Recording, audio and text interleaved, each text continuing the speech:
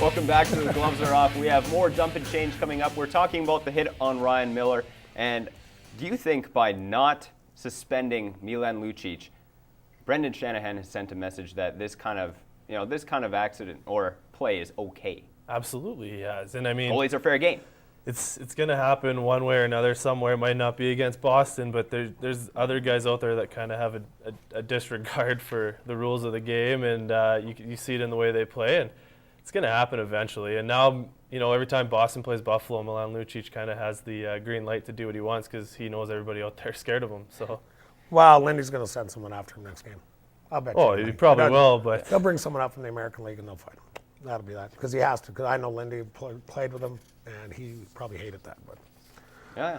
But with that being said, does this change the game for goaltenders? Like, if this continues to go unpunished and these things keep happening, it looks like they're making a transition into goalies will be confined. Do you know what they have to do is we have to catch up with our generation and era that we live in today. Okay. The players have to be allowed to go back to policing a little bit.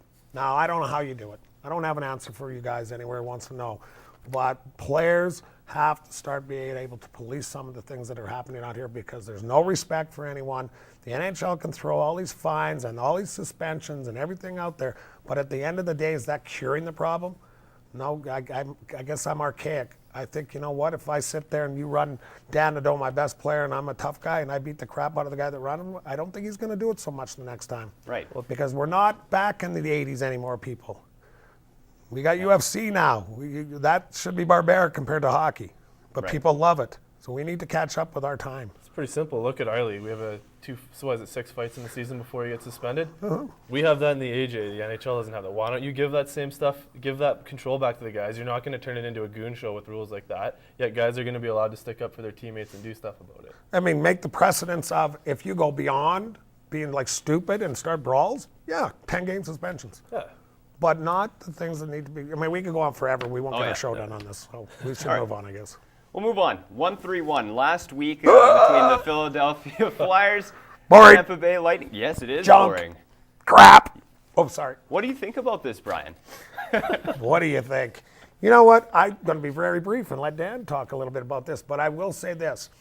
They hated the trap.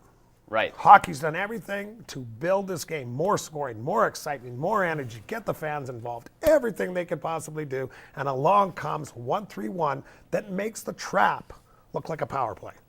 Right. I'm telling you. So now we've gone back. It's that bad. We've gone back to, and he can say whatever he wants, like, oh, our defense were hurting this game. We had to play. You played it all last year.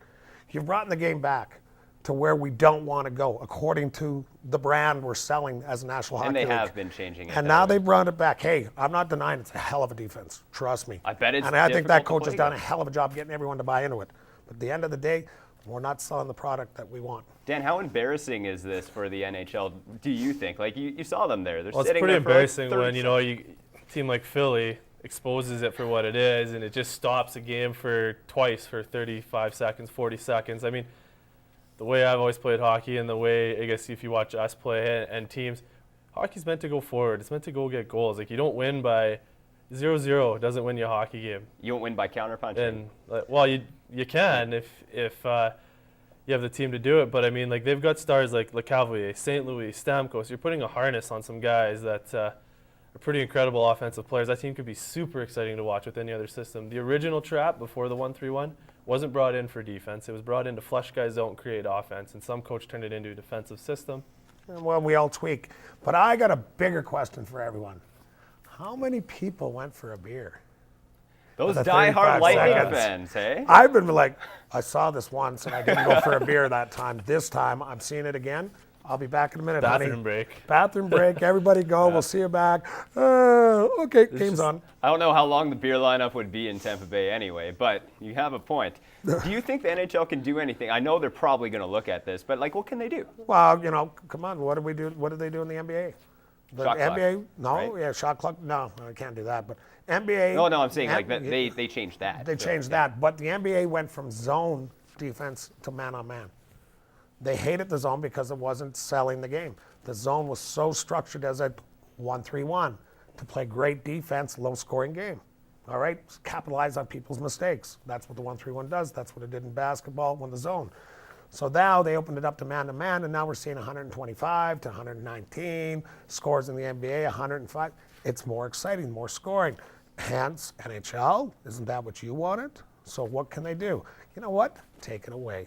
There you Well, go. they'll find out soon because they're talking about it this weekend at the GM meeting. So Be interesting to see what happens there. Moving on to CFL football action. Brian, you called it last week. You said Hamilton was going to win, and they did. We all thought you were crazy. Everybody bow now, please. Oh, does just about died.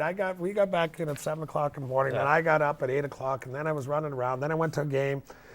Over to see the senior game was on, and I looking up at the TV, and I say, 44. Holy Moses. And then they get the touchdown, making it whatever, 51, 52. 52, yeah. And I'm like, see, and what did I say? Montreal, hands down, in every avenue.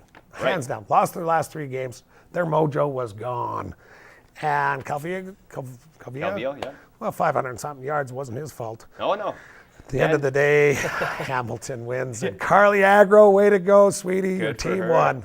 Now, Dan, does this team stand a chance? I know that you're probably thinking Lions, right? absolutely, I believe it'll be an all-cat Grey Cup with, Barf! Chew. with the Lions winning at home and the future Anthony Calvillo, Travis Lulay being the MVP. Oh, wow. Big shoes, big shoes. Oh, huge! But you watch him; he's grown so much from an 0-5 start, being like everyone's going, "Who's his quarterback?" And look what he's done. He's brought him from 0-5 to the best team in the West, and He's got a lot of work to do. Got a lot of faith. Oh, in I'm him, just so leaving this one alone. All right. BC. Well, that's good because we got to wrap Right on anyway. day. That's all for Jump and Change. Coming back after the break with Over Under. Stay tuned. You know what I was going to say?